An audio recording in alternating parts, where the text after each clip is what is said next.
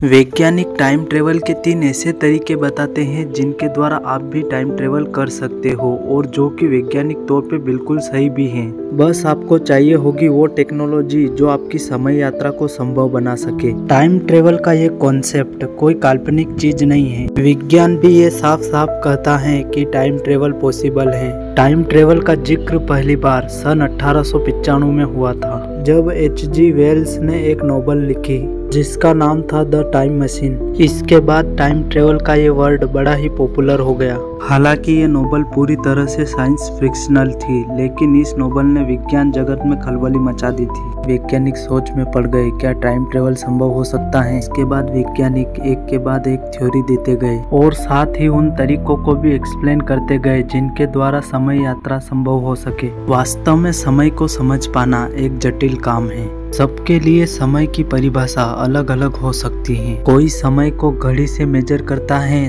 तो कोई ब्रह्मांड में हो रहे बदलाव को समय से देखता है। सर आइजैक न्यूटन ने समय को एक एरो की तरह देखा, जैसे कमान से निकला हुआ तीर, वो सिर्फ आगे ही जा सकता है, वापस कभी नहीं लौट सकता। उसी तरह समय है जो फॉरवर्ड डायरेक्शन में चल रहा है, जिसमें समय पास्ट से होते हुए वर्तमान के द्वारा भविष्य की ओर बढ़ रहा है, जिसे वैज्ञानिक द एरो ऑफ टाइम भी बोलते हैं। न्यूटन ने ये भी कहा था कि समय का ये एरो एक फिक्स गति से भविष्य की ओर बढ़ रहा है। लेकिन उसके बाद आए अल्बर्ट आइंस्टाइन, जिन्होंने समय की परिभाषा को पूरी तरह से बदल दिया। अल्बर्ट आइंस्टाइन ने समय को एक इल्यूजन की तरह देखा। आइंस्टाइन का मानना था कि समय एक नदी की तरह होता है। जैसे नदी में पानी का बहाव कहीं पर धीमा होता है तो कहीं पर बहुत ही तेज होता है, उसी तरह समय भी ब्रह्मांड में कहीं पर धीमी गति से चल रहा है तो कहीं पर तेज गति से दौड़ रहा है। अल्बर्ट आइंस्टाइन ने ये भी कहा है कि पास्ट, प्रेजेंट और फ्यूचर ये भी एक भ्रम है और ये तीनों ब्रह्मांड में पहले से ही मौजूद है।